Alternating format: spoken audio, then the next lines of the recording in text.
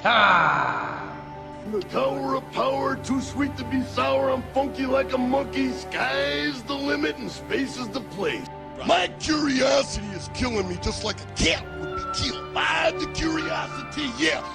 Maybe I am insane, and maybe it's time for you, Jake the Snake Roberts, to find out how insane I am, yeah. Right now, yeah. You've got a problem with that arm. How is that going to affect you tonight? You can't do it on guts alone. I say I'm 1,000,000%. That is better than 100%. 1,000,000%? 1,000,000%. I am the type of person that doesn't talk negative. I stay positive. Lex Luger, we got a date with Destiny right now, yeah? WCW Heavyweight Championship belt. Don't you think I have a little bit of interest right there? Friendships, business is business. Hulk Hogan already the 9 in the 10. I'm always jittery. It's my personality to be jittery. It's part of my charm. Deathlock Productions is proud to present The Shootout with Bill Blanchard.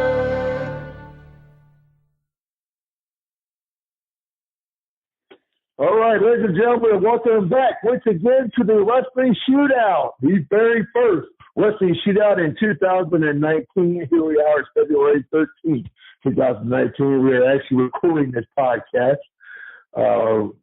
First of all, just want to simply say I do apologize. It's taken us this while to get back, but we've had so much going on over the holidays. We got a lot going on with the family right now, so I appreciate everybody's patience. But, hey, we're all excited. We're back. We're fired up, and let's get this show going. Today, I'm going to introduce on the show, want to be my first guest this year in 2019 on the Wrestling Shootout. He's also my co-host on this show. We all know we're not doing business with Touch My Back Productions anymore. We are now part of Deathlock Productions, and Deathlock Productions presents The Shootout with Bill Blanchard and my new co-host, Christian Fury, a.k.a. Carl J. Gardinas. And tonight, he's also my first guest. We're going to be reminiscing coming up with the UCW. We're going to touch base on the Chris Higgins experience, the controversy that deals with Billy Johnson and Livewire, and the rivals between the UCW and other rival promotions here in the CSRA. So without further ado, welcome my best friend and my new business partner, Jay Gardinas. We all know him as the former UCW heavyweight champion, the former AWF heavyweight champion of the world, and the Lord of Hardcore, Max Theory, although he didn't wear a mask. But today we know him as the lovable yet deadly, the Black Rose, Christian Theory. Welcome to the show, boss. Glad to be here again as usual. This time it's under different circumstances. This time I actually get to sit back and be on the firing seat, get some things shot at me, which is fine. I'm kind of comfortable there because things get shot at me all the time, regardless if I open my mouth or not. So, bring it on. Let's see what we got. Well, boss man, 2018 was a very, very big year. It's a year of growth. I think for the United Championship Wrestling, the year started off. You guys were wrestling at the Fellowship Baptist Church in Grovetown, Georgia. It seemed like y'all had a pretty good gig going on. The year started off, we saw a brand new crown champion of T-Cash defeating your nemesis, Justin Chambers, at the time. And then we all saw a newcomer come out, something came out of nowhere. With a big, huge fan following. He's a young athlete, a good Christian athlete, was Hunter Young, becoming the heavyweight champion of the world. And then he locked horns with you. But before we get into the three-match series, though, what were some of your thoughts, going in 2018 with UCW? Concerning the championship matches, what was going on at the church, what was going on? Well, at the end of the year 2017, we're looking at, we renewed there at the church for another 12 months. We were going to go the whole year. We already had the year of dates mapped out, the whole 9 yards. So going into 2018, we're going to make it better than 17. Because 17, we lasted a full calendar year there at the church. We're going to try to do it again. And many people have tried to come in and try to take over the church, but it wasn't happening. Now, I'm going to cut you off here. Now, you said many people have tried to come in the past and try to take the church from y'all. You be a little bit specific. What I mean by specific, how were they trying to take it from y'all? What was the church telling you? You're not hearing it from 34 sources. The church themselves came to y'all and told y'all this, right? Yes, the church told us what was going on. We found out. I'm not going to go on here and put this guy on blast because I really don't want him to get any type of notoriety or anything like that. But let's just say that out of the last, 5-10 years, you might have had one show. And if the shoe fits, wear it. If it don't fit, then it's not meant for you. Come in making promises that, he can bring in outside talent. He can bring in WWE guys and stuff like that. All he has to do is just get rid of us, and he'll make it happen, which the church didn't fall for because they had a good thing running with us. We did things for the church that the church wanted us to do as far as helping promote the church, helping bring people to Jesus. It brought eyes to that church. It helped, in a way, it also helped their members drive up because they saw what was happening there at the church. Brought eyes to what was going on, and people started going to that church. So, I think it was a win-win on all sides on that part. However, we fast forward. We fast forward a little bit. I don't know how far you want me to go with it, so I'll just let you hold the wheel, and I'll just stay in the firing seat. Well, like I said, so this person, like I said, made a bunch of promises the church didn't fall for because you guys had a good working relationship with the church. So that's all good and dandy. Now, let's talk about some wrestling here before we get back into the little business politics kind of things. We did touch on the whole situation between, Hollywood Hancock and the situation with Damien Sick involving the Yacht King Championship. We did see something a little bit controversial. Damien Sick was once again awarded of the championship. Hollywood Hancock couldn't win the title for whatever reason, and then he seemed like he did try to do a tag team thing, but it wasn't really working out. Also, he just couldn't show up to wrestle anymore. And my understanding, you studied management, got fed up with him and let him go. Now, I've gone on record and sit there, and I feel like, I'm not knocking Damien Sick when I say this, but I feel like Hollywood was totally unprepared to step in an opponent, with a strong mentality that Damien Sick has. Personally, I think psychologically it was beat out of him. And I don't think he could have, held his own. It's just, this is my opinion. I'm not knocking, Justin Hollywood, but it just seemed like his confidence was destroyed after that match. So it just kind of felt like, I don't know. It seemed like nobody's willing to take the blame in the whole situation. Let's say you. What's your opinion? I ain't got to try to, retell the whole story. Everybody watches this. Everybody sees this, knows what really happened. Let's say you, in your opinion, the whole situation. Well, my opinion, really, the way I see it, he had a chance and opportunity to work other people to get outside of his comfort zone, which he was doing. And then he had his match with Damien Sick, and seemed like you said, he went downhill from there. It's like he was doing things. He was getting congratulated by the guys he was wrestling, saying, hey, you earned my respect. And even after the match that Damien Sick had with him in December, that Damien Sick even said, hey, you have my respect. You went through this stuff and whatever else, regardless of what happened in the ring. But, something happened. I can't explain what happened to Hollywood in his mind. I know you said on one of the podcasts that the very first opening bout with open hand slap rocked him, and then from then on it was just kind of a downhill struggle for him. He couldn't keep up. He couldn't produce what they agreed upon in the back or whatever else. So I think that rocked him. I think that broke his confidence, and I think it made him skittish. It's like the best way I can describe it is people that ride horses or ride bikes. The first time you drop it, the first time you fall off the horse or whatever else, you're kind of skeptical about jumping back on it real quick and getting back in the saddle or getting back on the seat and riding. And I guess that's the best equivalent I can give.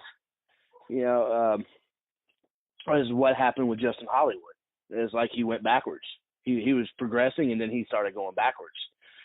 And now I know right now he's kind of questioning if he wants to get back in the ring. Part of him does, part of him doesn't.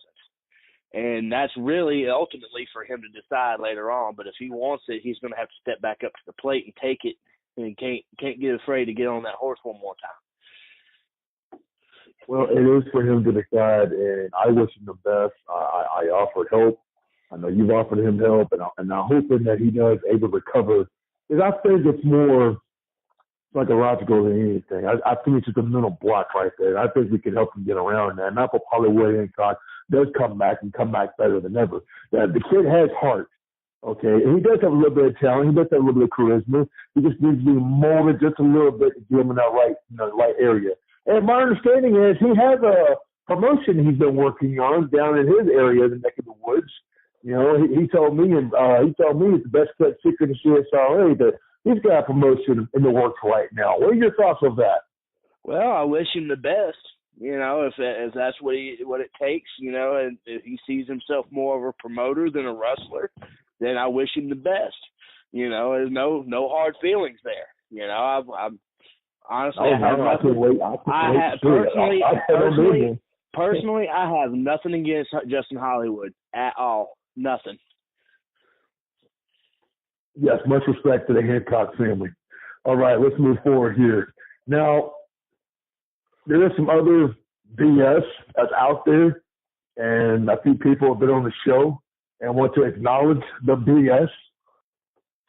Christian Fury, I'm going to be a minute. Do you have any thoughts? I think you know what BS I'm referring to was that he said, she said, blah, blah, blah, and it kind of got on social media and it kind of got out of hand. And a person came into my podcast and actually accused, brought in the RAPE word, accusation being involved. And do you have any comments?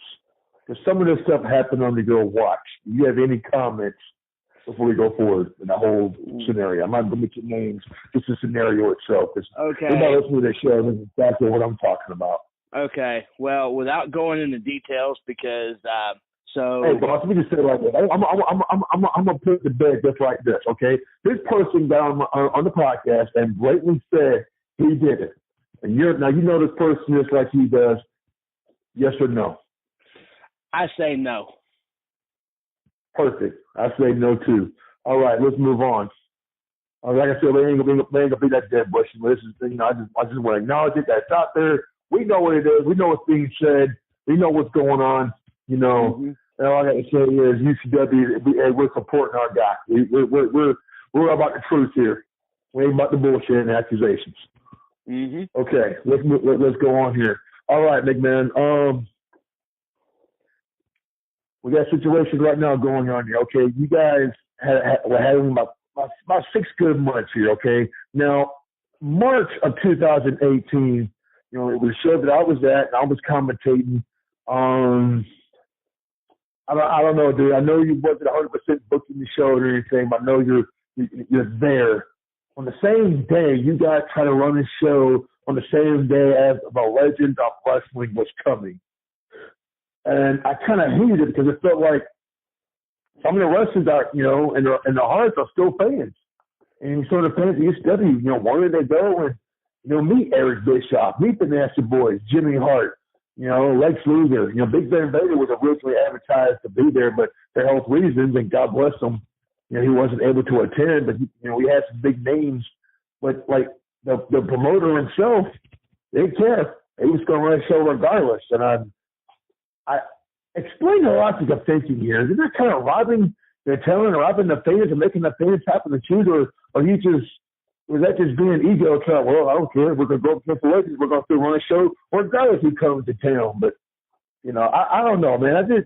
Just for me, it ain't 100% set right to me. Although I did eventually come to the UCW show because it's kind of, I don't know, just one of those things, like I said, we kind of torn, go, pull for your boys or go see people you will help make you get into this business. To me, it could be considered a disrespect. Not one to pay homage, so one that paved the way for you to be a wrestler. That's just me. So it was difficult for me. I can't speak for the rest. Let's say you. Okay, well, this particular time it happened a year earlier too. By the way. Yeah, it sure did. It sure did. But by the time we find out about it, we're already locked on because it was like between the year previous to this particular incident, it was like we didn't find out about it till like a week or two prior to our show, and we had already locked on the show. That's understandable. However,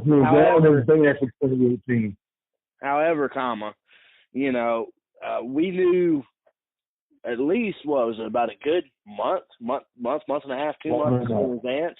About 3 months. Okay. And 3 months. He wanted to continue the course, and I don't know if I want to call it pride or ego. Either way, they sometimes can walk hand in hand. You know, you got to have a little bit of ego to have a whole lot of pride in this business, and vice versa. You know, because the terminology behind it was we drew against them before, we'll draw again. And the rest we can say is history. Well, you know, I mean, not too many fans are there. It wasn't a sold out house. A lot of people, I knew personally that was there. You know, I don't know. To me, you know, I hate being devil's advocate here. To me, that was a bad business decision. That's just my opinion. Moving on. Now, Hunter Young steps in and becomes the UCW heavyweight champion of the world and defeated T-Cash in doing so. Then you got to find yourself in a situation where you are in a match where all the former champions are involved, and then you guys end up winning the title, losing the title, winning the title, losing the title. Then the belt fight back with Hunter Young, he still walks out there as champion. Explain. Well, when he beat T-Cash, all the former champions, including T-Cash that had just lost, have, to put it in layman's terms, kind of like a Money in the Bank. We don't have a normal rematch clause where, you know, you come out the next show and you're like, I got a rematch, I'm rematching you right now, or whatever else. We use it more as the challenger's discretion on when and how they cash in. It's kind of like, say, Money in the Bank.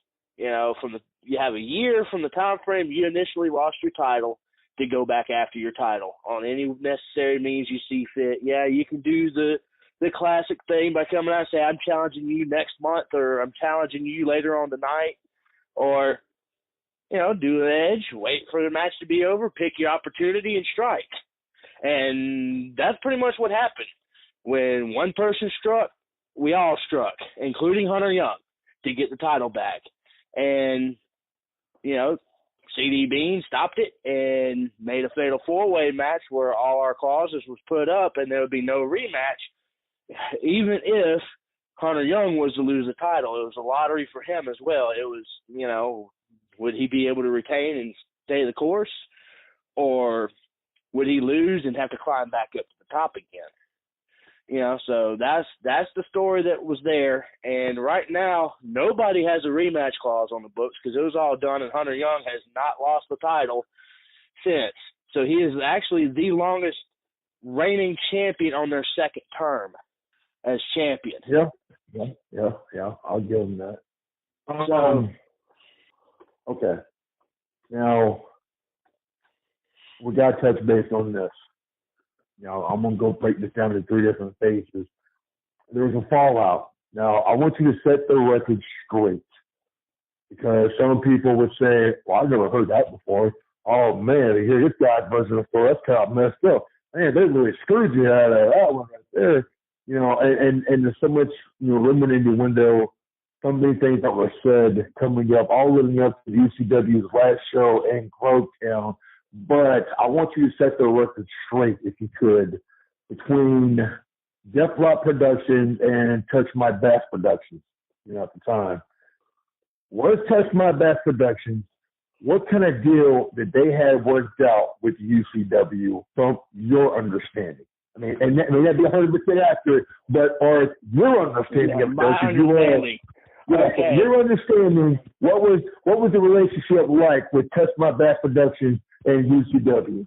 Okay, with my understanding of it, the guy that was a representative for Touch My Bass, or not Touch My Bass, but Deathlock Productions, let's set the record straight on that, it's Deathlock Productions, approached us and asked about bringing this guy from touch my bass in to kind of help out with Deathlock Productions.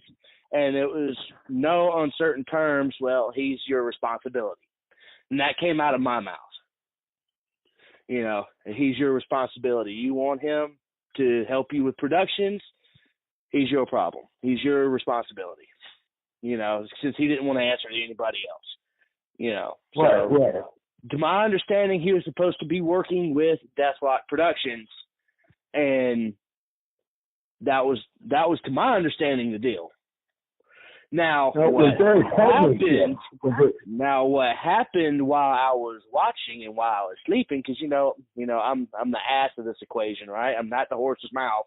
You know, from what I watched, I watched Touch My Bass come in, start doing the flyers, produce their own show called Unhinged, and from my understanding at that particular time, I thought this person that brought this guy in was okay with that and all in about it. So that was my understanding then. Now, did Chris Dickens, he as the buck starts with me, Chris Dickens, tell you, ask your permission, could he put Touch My Bass on any of the flyers that he made? Well, that part right there, hold on, let me answer this. Let me finish asking my question, Kane. Thank you. My understanding that the guy from Deathlock Productions was extremely pissed off, and he had no idea, wouldn't know why this guy was putting Touch My Bass Productions on the flyer he was supposed to be producing and supposed to be for Deathlock Productions. And then when he was confronted, he threw your name under the bus and says, well, Theory gave me permission to do it. And my question is, did Christopher Dickens, approach you about putting Test TMB for the flyer? Yes, he did come to the horse's ass about that. He did. Well, you the horse's ass. Well, no, this is his words. Okay, this was his words. Okay, all right. Okay. So he came to me. And he asked me, he said, well, since I'm doing the flyers, you think it would be that big of a deal to put Touch My Bass on there? And I said, well, if that's the kind of deal you're doing, I don't see a problem in it. And that's all I said. But I didn't know, at that time, I didn't know what him and Alan had worked out. I don't know any of those details, but that was between him and him. It was between them. But my question is, did Alan ever approach you about the situation with the flyer? It wasn't until Unhinged. It wasn't until it was almost breakdown time where Chris left the company. You know, it wasn't until about that time frame that I was asked about the flyer and I was asked about the show, which the show I didn't have any knowledge about. I think that was more Don and Chris talking. That didn't involve me. I just saw a show come up all of a sudden. I'm like, okay, you know. Did you ever see Dickens ever trying to? I'm not trying to say I'm defending Dickens on any kind of level, but I'm just being a journalist here, okay? Asking a question. In your eyes, did you ever felt like, or did you ever see Christopher trying to prove some point that Touch My Bass Productions should be producing it, not Deathlock? You ever hear him say, I'll match my editing against anybody, and he's going around with his camera, he's trying to do backstage interviews, he's trying to showcase this guy, or you feel like he's trying to show Don, hey, this is what I can do. I'm still waiting to see what Deathlock can do. You know, on his last couple months that he was there, because at the time, I don't believe Aaron missed a couple of shows because of work-related issues. So he had his other partners filming. Did you ever see Christopher trying to tell people, Deathlock crew, hey, get out of the way, I'm trying to get a better camera shot, you know what I'm saying? Chris will defend that to his grave about what happened in that situation. Your viewpoint, from your vantage point, what did you see? Well, as far as getting the other cameraman out of the way, I can't really confirm because there's a lot of times I was either in the back or I was in the ring.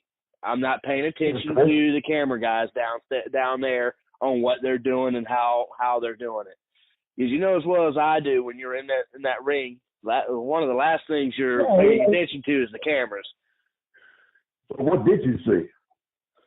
I mean, yeah, I did. Doing anything like I described to you earlier about, it seemed like, because Chris as well as I do, he could be a politician sometimes as far as trying to promote himself or try to show what he can do versus what other people can do. We've seen him do that in the past with other organizations and other rivalries. Subliminally, probably. I can say it's a high probability. A high probability rate that's what he was doing. A possibility, yes, it could have been a possibility as well. But I don't know if that was the 100% set, but from what I can tell, I mean, he was doing the backstage interviews for what I can tell. I mean, he came in there and did the recordings. He was, pretty much trying to direct some sort of traffic back there in the back as far as trying to get interviews done and trying to get different stuff done and whatever else for the particular match or whatnot. Do you think that was supposed to be for good for UCW or that for TNB Studios? Or why wasn't the content he was doing uploading it to Deathlock? That's the part I think just confused here, okay? He says he was equal partner for Deathlock, but he claims that he was told he could do whatever he wanted with TNB. You know what I'm saying? So what do you think Chris was doing here at this point? I mean, I know we're guessing here, this is a guessing game. What he's doing, but it's kind of, you get that vibe. He's trying to prove, I've heard him say it, I'll mess my Eddie against anybody. I'm still waiting to see what Deathlock can do, and I feel like it's a competition there, for some strange earthly reason. I don't know. Yeah, I mean, there's always been competition between those two. Always, and it was more on a political scale than physical. And I do believe that he was trying to one-up guy because he had hard times or whatever else. But you still went with him. You still went with him. You still went with him. He said that on numerous occasions. You picked him over me. That's where we're at. And I think what it boils down to is showing, hey, I've produced. Where's the other guy done? I've produced. Is this Christopher saying this or is this Alan saying this? I'm speaking on actions. Gotcha. This is what actions were speaking to me. Because, as they say, the golden rule of thumb, actions do speak louder than words. And that's true. Well, going to the final days, what was going on at the Grovetown Arena, when did you finally find out? All this is happening at the same time.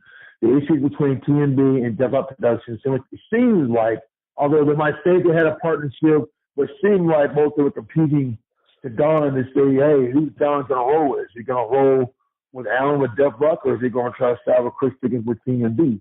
Let me ask this question. If you have any conversations with Don, Mr. Brown, if you would, about the situation between the two, as far as production-wise, not necessarily, friends-wise, this is a strictly a business conversation, as far as they come to you for advice, it's like, hey, Jay, what should I do? Who would you recommend? Okay. At the very beginning, in the very inaugural event at UCW, Don Brown extended the olive branch out to Chris Dickens about doing the production for UCW. He declined. Said he was never going to be. He was not going to be a part of the wrestling business or any production angle. He was not going to do video again, and pretty much repeatedly said no. So it wasn't until he decided to go with Alan with Deathlock Productions that, Chris had an interest in it again. And I can tell you this with whole 100% accuracy that, one, We never had to have a conversation which way to go between Deathlock and Touch My Bass. It was never going to be a question. Chris had opportunities to stay with the company, to come in on his first event, to be a part of it, and he declined. He decided to go with Alan when she was very eager to do this, and he had plenty of stuff coming in, the stuff that we hadn't seen Chris Dickens come in with lights, with stage, with everything, and he wanted to keep rolling the dice with Alan, with Deathlock Productions, because, hey, within a short period of time, granted, because the computer or whatever you want to say was down, we weren't getting shows up, but as far as a production standpoint and what the fans saw there at the show was better than anything that Chris Dickens could have produced at that time, at the show, on show day. Okay. So there was never going to be a question on which way to go.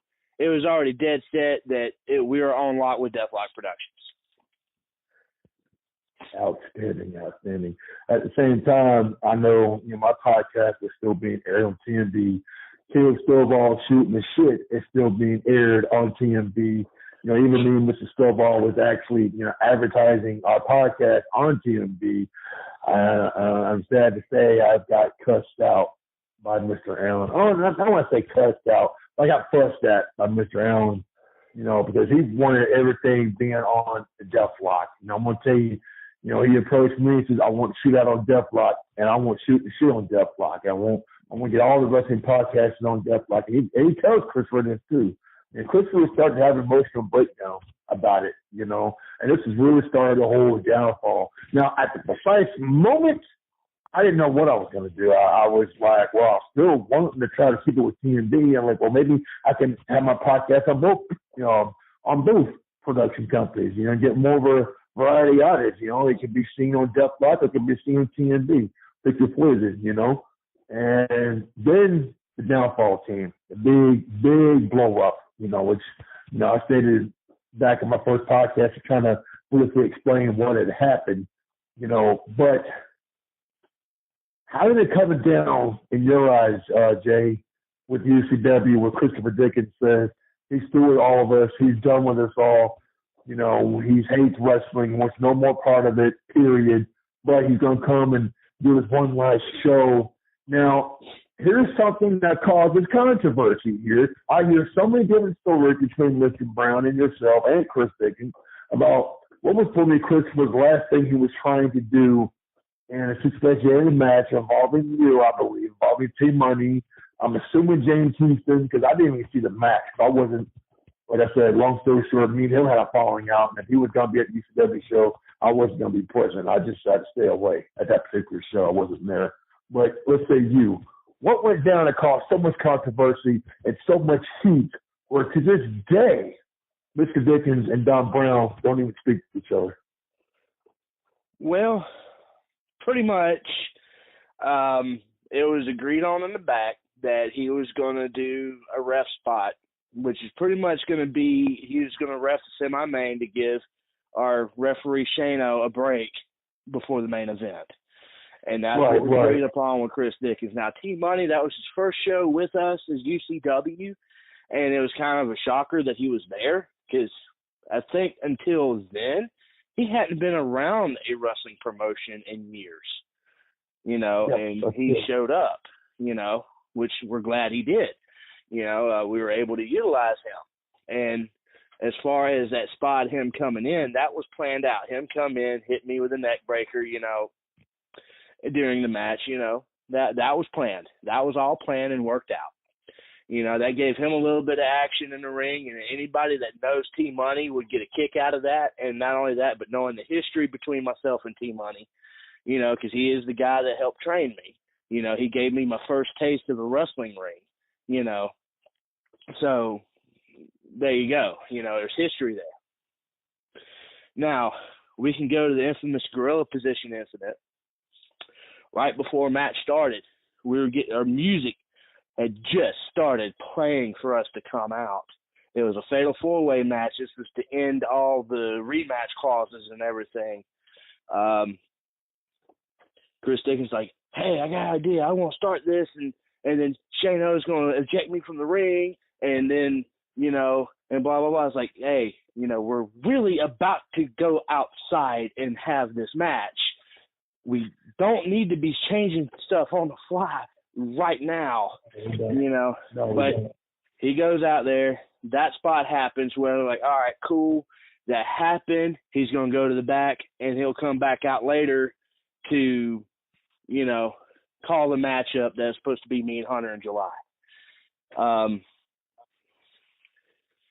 But something happened to where he stayed out there, kept getting his butt handed to him by other people, including T-Money, you know, and that was the part that got Don irritated. And apparently a conversation took place, which I can't remember and can't say if I was actually there when it was said, but I know this guy has no reason to lie. He's been a straight shooter regardless if you wanted to hear it or not. And you know this as well as I do. You know, it may not be what you want to hear, but it's what you're going to get when you ask certain questions. And he point blank told Chris that was bullshit, that was uncalled for, or this is not AWF. This is not AWF. You don't run shit. You don't run shit here. But, yeah. I don't know if he said it to that degree, but it was that conversation never. Well, Christopher would tell you a story that conversation never happened. And he stayed with Don to the end of the night between the three of y'all, and Don shook his hand and thanked for everything he'd done and wished him all the best. Well, you know, and he said goodbye to everybody. He said that conversation never happened. And if it did, wouldn't you just grab your stuff and left right then and there? Well, let's put it to you like this. That's the controversial thing. This is the part that I believe. This is the part that I believe. Regardless if Don did confront Chris that night or not and said that, it was Chris's last night with the company. What would he care what Don said, because it's over and done with? He doesn't have to put up with UCW again. Of course he's going to stand by and see his boys off. And the way Don Brown is, he might chew on you, but it doesn't mean he hates you. He's still going to wish you the best of luck and thank you for everything that you've done. Yeah. Outside of that. So it's one of those things, you know, I'm going to leave that up to speculation, but at the same time, you know, I've been around, I've saw Don chew somebody out and then thank him for coming out and thank you for helping make the product better, you know, on the same breath. Yeah, so, hey, believe what you want to believe, you know. 10-4, let's move forward from there. This was the last, was this the show that was the last night at the Grotown, Virginia? That was the last night. That was June. June marked our last night. We're running in the window where there were so many secret rumors going around, another promotion, you know, found a way to get it from y'all, and then the church told y'all some kind of tax raising what you guys goes, and then everybody was just waiting and waiting. A month or two later, she had another promotion there, but I'm actually proud to say, and I'm glad to say, didn't see that promotion ever make an attempt to get that building. But what was as of this date, no, I haven't seen anything of the such going to that venue. What was told to you guys, and what was the UCW's locker room reaction when we found out that the church level in Grovetown is no more? You know, I mean, it was an emotional ride. I was there. We found out. Let's see. Our last show was in June. We found out in March, at our March show, that June was going to be our last. They were going to give us one more event outside of that, which was June. Apparently, something to do with taxes and something to do with their nonprofit stuff, where they tried to turn around and say they were making a profit off of us, which, to my understanding, everything that was going on with that was going to the food pantry. Supposedly. Right. But, so I can't say how the church handled it, but, you know, I can see where they would have had to have stopped if they wanted to keep their nonprofit ID or tax ID, because if they start turning a profit, then they wouldn't be a nonprofit church. They would, you know, so there's a lot of rumors and innuendos of exactly what happened. And this is a rumor that, you know, this is something that I feel that there's a new youth director involved and they wanted us gone. I think that's what it boiled down to, you know, that they wanted us gone. That's too bad. Well, you know, like I said, it was an emotional night. You know, you guys went out with a bang. You know, I appreciated Lead the Memories Alone music video, which was produced by Alan Luke of Deathlock Productions. Good job in the video. You know, you guys had a good run. You lasted longer than anybody ever gave you guys credit for, you know.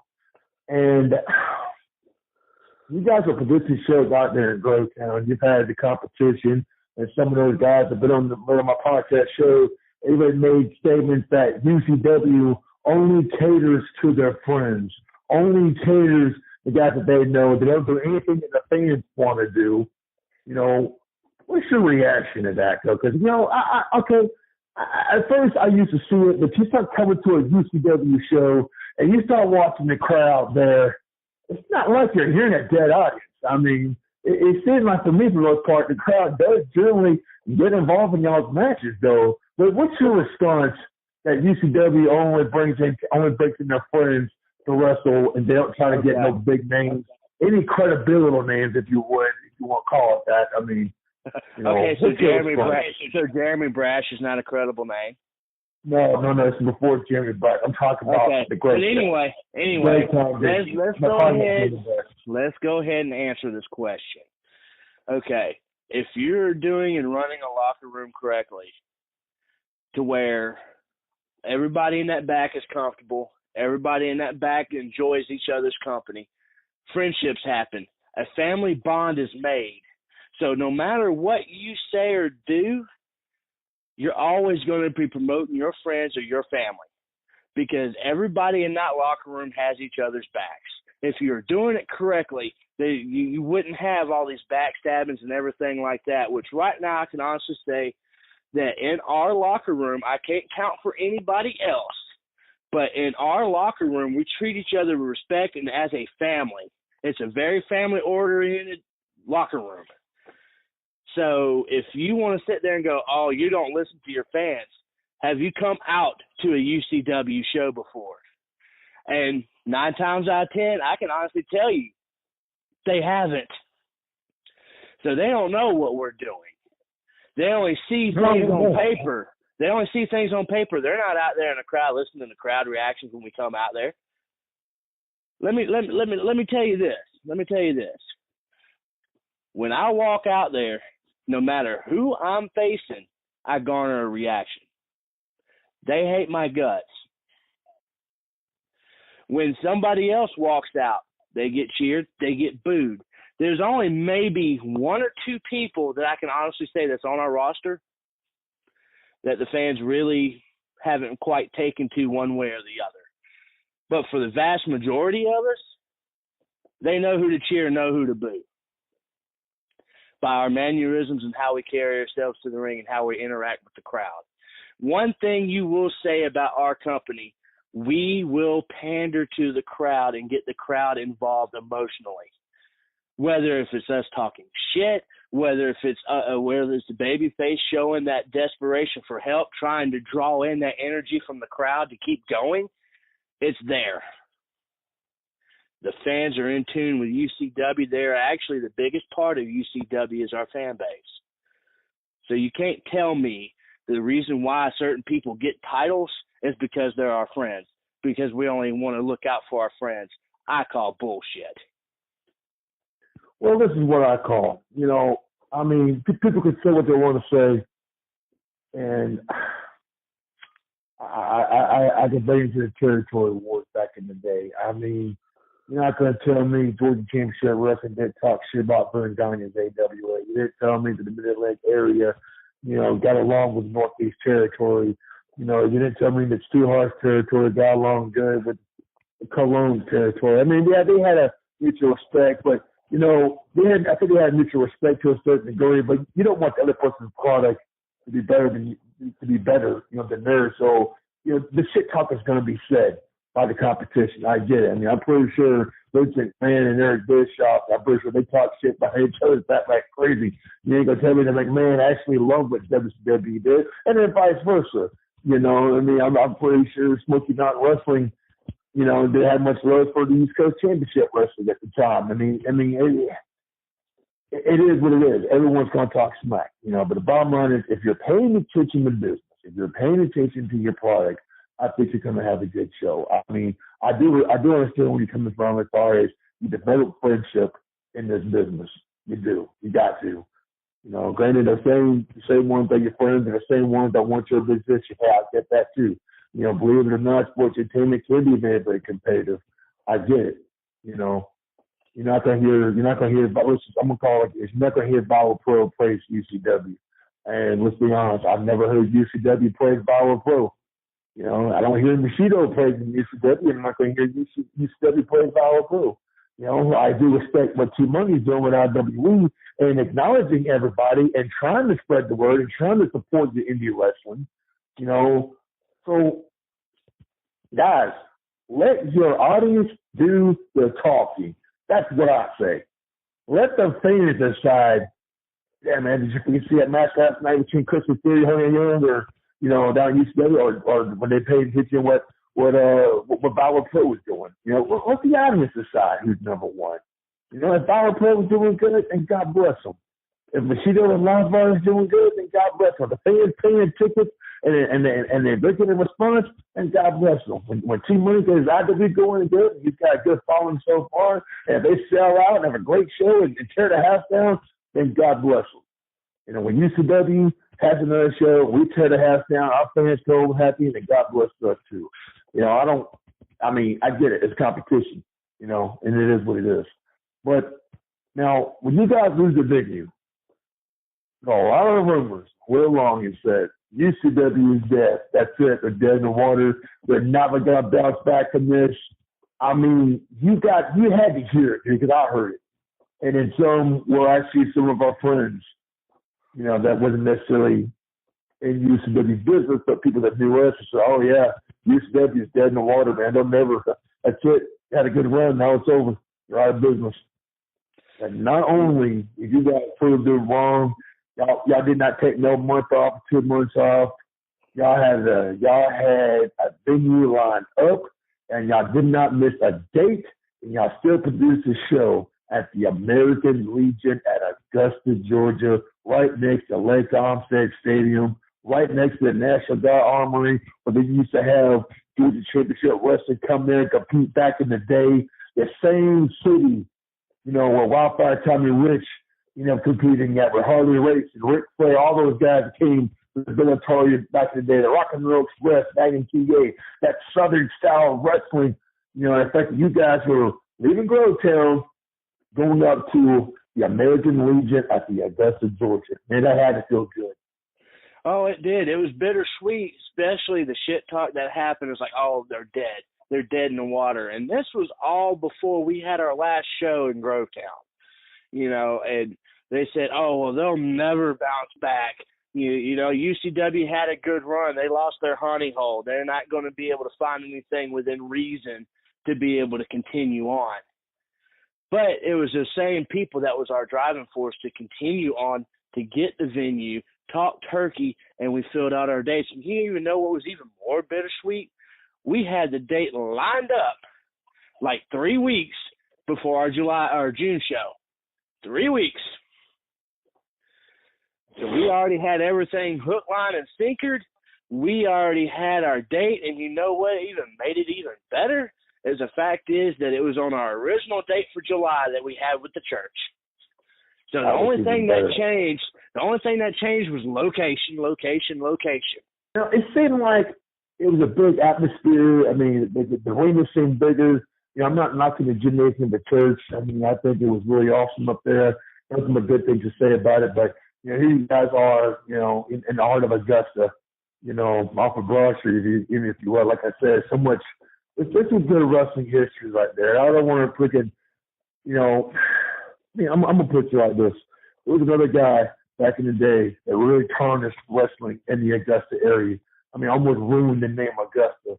And I like to sit there and say that UCW brought redemption to the name of professional wrestling to the Augusta, Georgia area. I don't care what anyone says. You guys sit there and talk smack about UCW, haven't been to UCW, haven't seen what we're doing, and we're doing good things, man. When people come there and pay a ticket, they're loving what they're seeing, and we're seeing some great wrestling.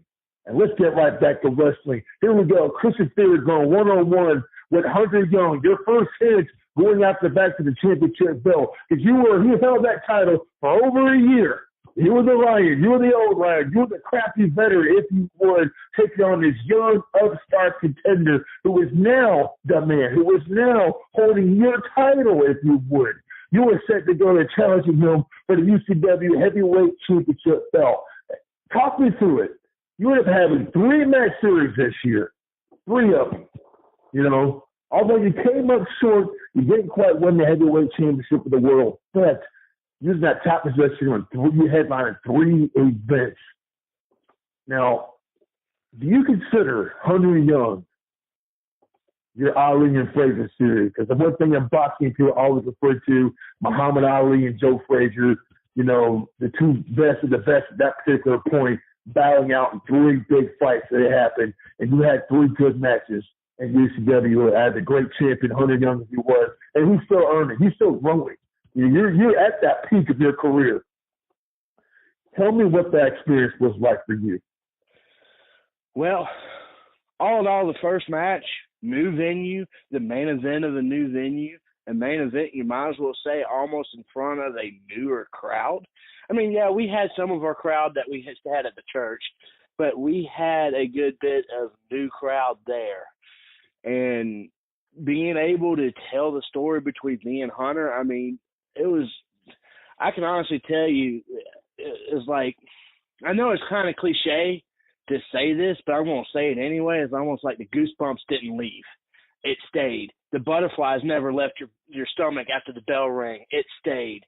It felt like something special was happening right there.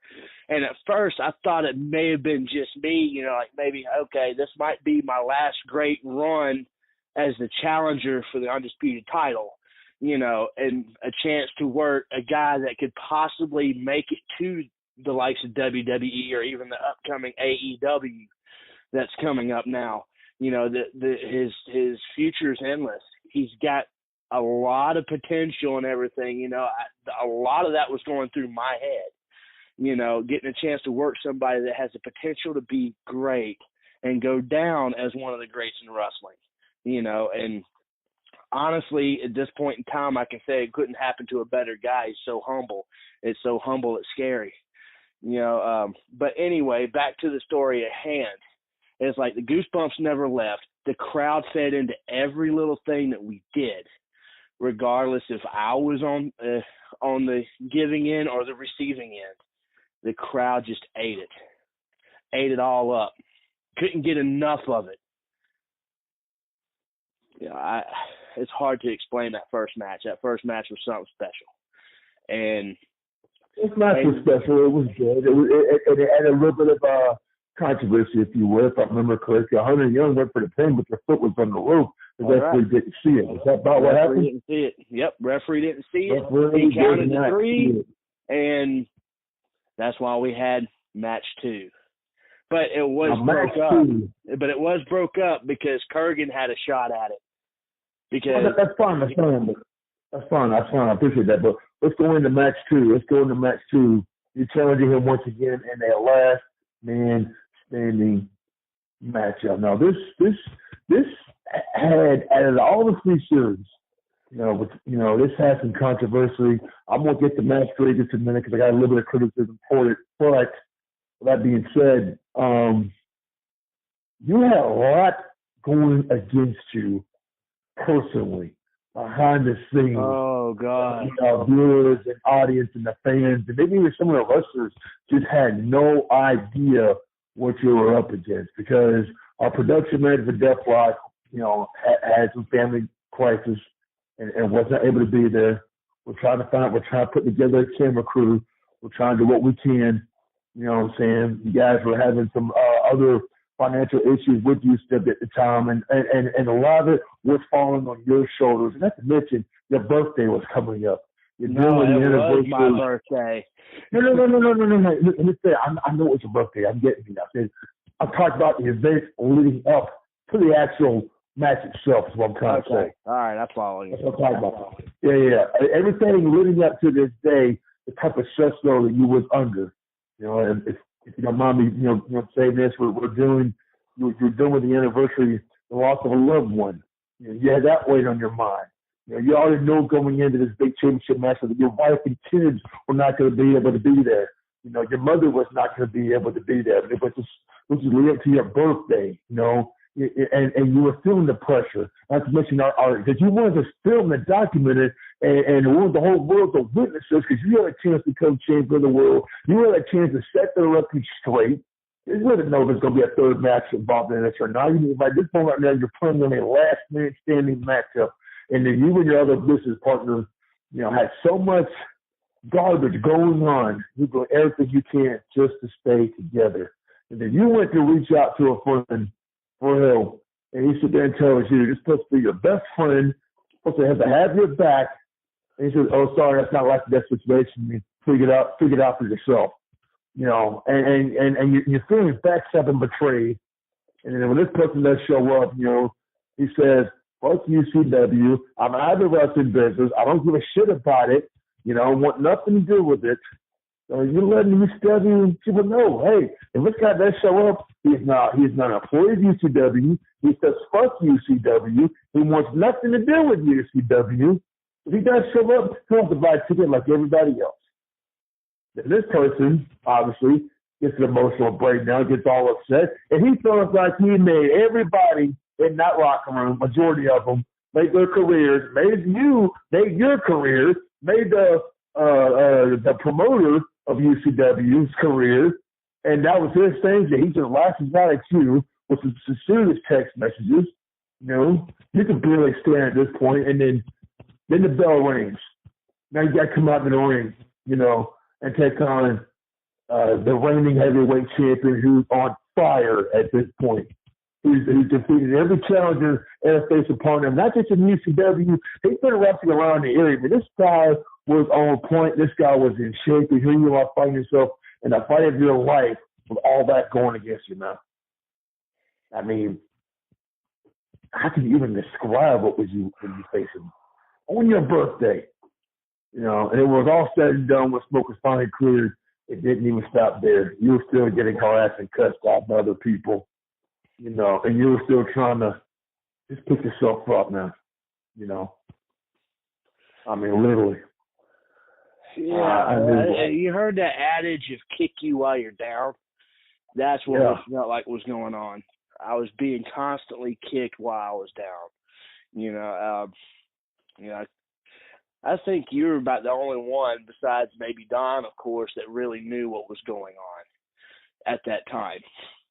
Yeah, it was a lot, And I know I called you out in the ring at all the fans to say happy birthday to you.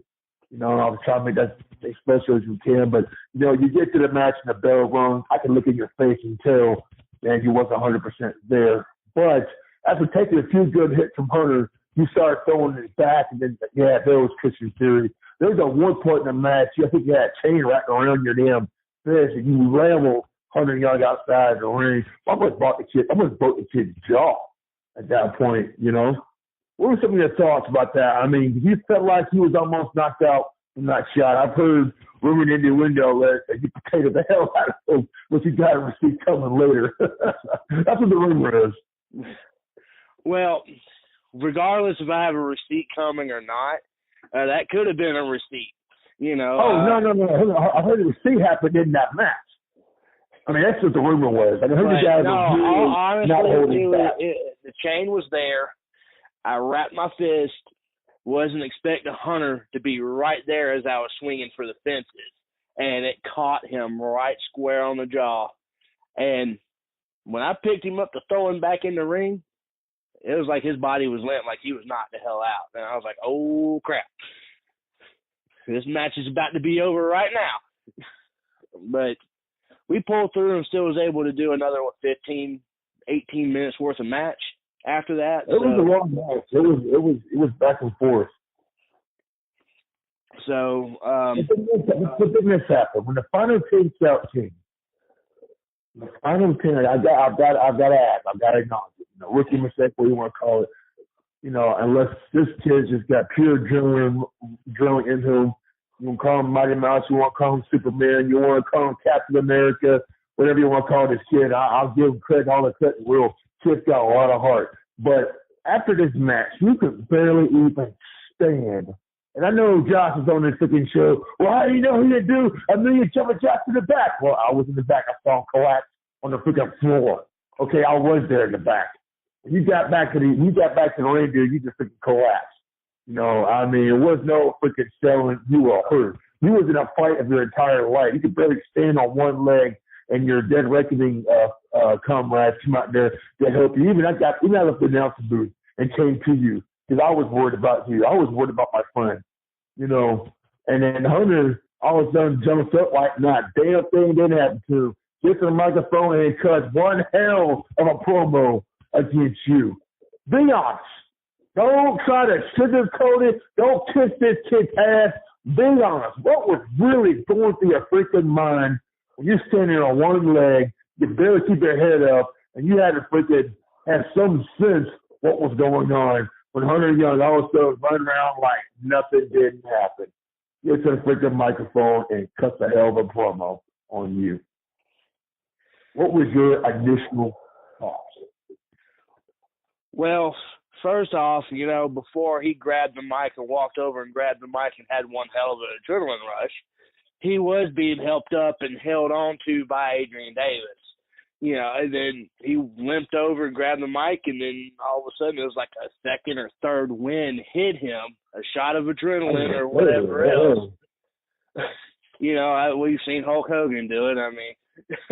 But I'm sitting here being held up, and this guy's cutting, like you said, one hell of a promo, and I'm sitting there going, what is it going to take to get this guy? We done been through hell, and this guy now has just kind of shrugged off the injuries, and he's there. It's like, whoa, what did I just wake up? So you mean to tell me that your initial thought process was, oh, shit, what did I do to wake up? I just making a beast inside him? You mean to tell me that oh, man, his kid's just like Hulk Hogan. He didn't feel a damn thing. You weren't thinking to myself, what the fuck? I done hurt this guy's leg, I done broke this kid's jaw, I done hurt this guy's back, I done pounded him, I done hit him with every freaking thing, and none of it is freaking affected him. You don't think he was not selling the match at all? So you really believe in the whole, he got 5th or 6th win, got adrenaline rush, and boom, nothing. Well, you really believe that? To be honest, during that time frame, to be honest, when I made it to the back, that part didn't register.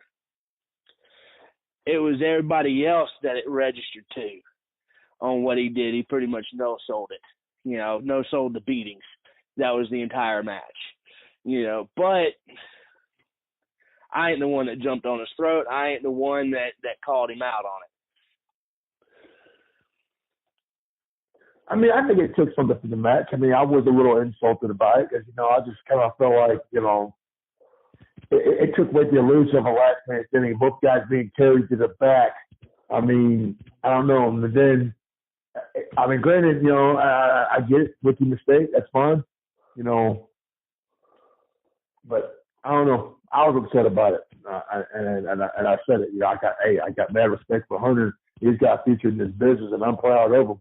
He's a good kid, I'm not saying anything negative about it, but it's just, at that particular moment, I just like it took something from the match. Dude, I wasn't thinking this kid was Hulk Hogan. I wasn't thinking, wow, I got 6-7 win.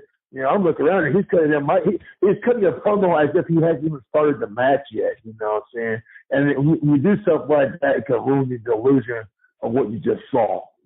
I go back to that perfect promo that Cactus Jack or Mick Foley, whatever you want to call him, or Mankind, this precise moment, ripping his shirt off and yelling at Cactus Jack. The reaction Hunter had made Cactus Jack at that particular night, made everyone believe he feared, made something special just about to happen, and something special is going to happen in their match, the Royal Rumble Chicago Street Fight. To me, that's what psychology is all about. It's selling your opponent, making sure both of you guys get over. You know, and then to me, it's just like, damn it, man. One mistake like that can ruin the whole illusion to the average fan. Because what is it the fans are seeing when they're seeing that? I mean, I'm not being overthinking it. I get it. You know, but damn sure I wasn't thinking what you just freaking said, you know. Let's see get a rat like some of that chapstick off. Now let's move on. The I Quit match. I don't understand the whole philosophy here. I don't know if you're leading the match or he's leading the match. I mean, you know, for me, you know, I really wish I could have wrote this match out for y'all because I really felt like, you know, I don't know. If I was the one producing this match, you know, if I was the Pat Patterson, if you would, helping you guys out fight out the freaking match, Christian Theory, you're the heel. You should be trying to get heat. You know, you should kind of rip this guy's eyeball out from his skull and get this kid to say, I quit. You know what I'm saying? You should bring in the Achilles grader. You should be, you know, I mean, every little dirty tactic you could have freaking used to hurt this kid. Then the kid, of course, the kid's selling the beating, selling the beat down. He's not quitting. You know, he has so much heart, the will not to lose. Christian Theory has the will to win. He's going to do whatever it takes to win. You know, he would bring his damn truck, tie his damn ankles around, and just hit the pedal to the metal till this guy said, I quit. You know what I'm saying? The Hunter Young with so much heart, the heart of a lion, he would just not give up. That Rocky mentality, if he would take a beating, take a licking, but keep on ticking. But that didn't happen. You know, you get say in the face, kick the heel back. You know, that was like Theory was getting his butt kicked in this match. I mean, every time it seemed like Theory tried to take the upper hand, Hunter would boom, cut him off, and then boom, Hunter stayed on. It almost seemed like, you know, well, gosh, is Theory going to win the match? Because it just seemed like, you know, to me, the psychology part was it seemed like Hunter led all the way through that freaking match. It was almost like, you know, the challenger was up against the ropes. The challenger was the one fighting to hold his kingdom together over the guy's sanctuary. It just seemed like, you know, I just didn't agree, you know, with the psychology part of the match, if you would. The only thing in psychology I liked about the match right there toward the end, when Hunter gets rid of all the freaking weapons, he couldn't grab any freaking thing, and he goes for his leg submission, and you're already outside the ring, nowhere to run, nowhere to hide, and then you did the unthinkable. You said, I quit, you know. What's the thought process in that? You know, there's no, you know, usually when a heel says I quit, sometimes with the exception of Terry Funk, you know, like the Bob Backup he was, did you really say it? But the referee says, yep, he said it. But the fan makes you wonder, did he really just say it? Same kind of deal with Tony Brisket at Magnum TA. Did Tony Brisket really say I quit? A little controversy there. Like we heard something, but did he really say I quit? We got a little bit of doubt in your mind. We didn't get that in this particular match. So what did this match really do for you? Obviously, it did a lot for Hunter. Hunter is still going on strong, you know, and rightfully so. I mean, he paid his dues, he's earned it, you know. But why say I quit now? I mean, and then the answer to my first question is, who was leading in this match? Was it the champion or was it the veteran? Yeah, we're out there just slugging it out, being perfectly honest. If I wanted to take over at any given point, I would have. But it didn't seem that way, though. I feel like as soon as you take over, instantly Hunter took back the control. I mean, were you just going on with it? I mean, do you understand what I'm talking about there? Or, I mean, I know me and you had different viewpoints of the business, but, you know, again, you know, and then when I kind of questioned you in the back, and your only response was, you brought that out of Hunter Young, you made Hunter Young, now I'm going to go on the tag team because I want gold. Let me explain something to you. I'm not knocking a tag team division any kind of way, but when you're a single star you become the heavyweight champion of the world. For a single star citizen, well, I'm going to go back in the tag team division. Maybe I'll have a shot at tag team titles. A lot of people will sit there and say that's a step down. Because you don't want to be in that shell of a tag team your whole career. You want to be the man. And wrestling, second place sucks. You don't have room to be first place, you know. So in my eyes, if you sit there and say you want to go down to the tag team division, now you want to go out for tag titles, some people consider a demotion. Some would consider that, you know. I guess it depends on how you look at it, you would. But, you know, and then some people would say, that was you passing the torch to Hunter Young. You know what I'm saying? You're passing the torch. You know, you gave up the kingdom. Now this is his sanctuary. And then he's the man. And you walk away. Well, to be perfectly honest, that was pretty much me passing the torch to Hunter Young. He's that main event guy. He's the champion. I put him through hell. I gave him a good run. I think in some weird ways I helped solidify him as the champion. Since I was already considered I was the longest reigning UCW champion in UCW history. The fact that I've been doing it at that point for almost 20 years and had all that history leading up to that moment to kind of go, Hunter Young's the new guy. That was the whole thought process behind the match. That was the whole thought process when I shook his hand at the end of the night. And because if you keep in mind the stipulation of that match, if I lost, I couldn't go back after the championship as long as he was champion. So why not go after the tag team titles? Why not? Why not go after the Octane? Well, I didn't say Octane. I said tag team. Because when I first interviewed you in the locker room, you said tag team. Didn't mention anything about the Octane. But you consider that a step down. It's just your opinion. A lot of people in the business will consider that a step down. It's like, well, I can't beat the world champion. I'll go after the tag titles. I guess, well, you know. Well, for me, to be perfectly honest, I consider the tag team a whole different division. It's a whole new animal. Yeah, you can be on top of the world as a singles competitor. To be able to do that with a team, to actually win the tag team titles, that's one thing I hated about the business for a while. A long time there for a while, they just threw the tag team titles on anybody. And I'm talking about the main product that you'd watch. It was like almost a past tense. Like, oh, well, we got these tag team titles. We don't want to throw them on. Let's throw them on these two. Made no sense. And a lot of times they use tag team titles to build up. I would give you that. I do hate the fact what was going on with the tag team division. It seems like they're trying to do better now. You know, really now, but there for a while. I mean, you have like WrestleMania opponents. He's stinging guys together and improve, come make them a tag team, and then, you know, where's the chemistry with that tag team? I mean, where's the tag teams like the Steiner Brothers, the Harlem Heat, the Simone SWAT team, the Skyscrapers, you know, a Character Tech, the Fabulous Freebirds, the Road Warriors. I mean, I can go on and on. Heart Foundation, Midnight Express, Rock and Roll Express. You don't see that in this day and age. So I see where you're coming from.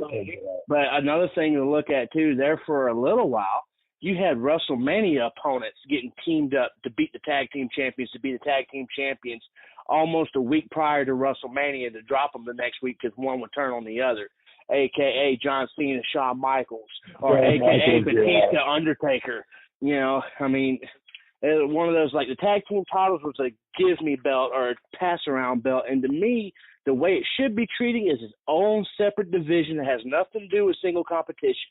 It's a whole new animal for you to be able to gel with your partner, to be able to know what your partner's thinking, to have some sort of chemistry to beat two other guys to become champions. What you're saying is what you're planning on doing here in 2019 is bring respect back to the bring respect back to the tag team division in 2019. That is correct. And wrestling-wise, that is a damn good answer. I'm glad I asked you that question. That's a damn good answer. You know, well, guys, you know, hey, I appreciate y'all coming on to the show, man. I know we dived into it, though. We're a little longer than I anticipated, but hey, man, it's 2019. We're gonna get it on. But my friend, I'm gonna ask you to come back on next week we do a little part 2 here because I've got a lot more to ask you. We got to talk about Billy Brash. We got to talk about T Money coming in the IWE. We got to talk about the situation with Billy Jarfin and Machido and Livewire taking the venue from UCW. We got a lot more to talk about, and we got to talk about a lot of situations that's going on between you and LA Smooth, you in a situation with some other wrestlers going on right now, so many women in the window, and what is going on with UCW as far as 2019 is concerned. There's so much stuff going on and so much good stuff we got to freaking talk about. So, ladies and gentlemen, y'all join us next week here as the Wrestling Shootout returns back in your home on Wednesday nights at 6:05 Eastern. But it will be Wednesday nights. I'm thinking Eastern. What the hell, dude? I'm going on 19 hours. Hey, 6:05 is our sister show. There's Shots Fired. And that's on Saturday. It could still air on 6:05 Wednesday night, Eastern time. It could air at 8:05 Eastern time. You know what? Let's do it 8:05. Here tonight, we're going to see the shootout at 8:05 like we won the Clash of Champions back in the day. And on TBS. On TBS, the best station, Deathlock Productions. The best station, Deathlock Productions. I like it. I love it. Like I said, guys, we got a lot more coming on here this year, 2019. You're going to be seeing guests like T-Money. We will have returning guests such as Disney and Sick. I guarantee you Chris Dickinson's done a lot to freaking Sick. Oh, by the way, next Theory, Christian Theory. Mm-hmm. What was the response to the Chris Dickens experience? He had had some thoughts to say about, the current product of UCW, the current management of UCW, and all the other competition. What was your response to that? Well, he's got opinions, so does everybody else, and yeah, that's where I'm going to leave it. I love it. All right, pal. Thanks for being here tonight. And ladies and gentlemen, y'all have a good night. We'll see y'all next week. Bye-bye.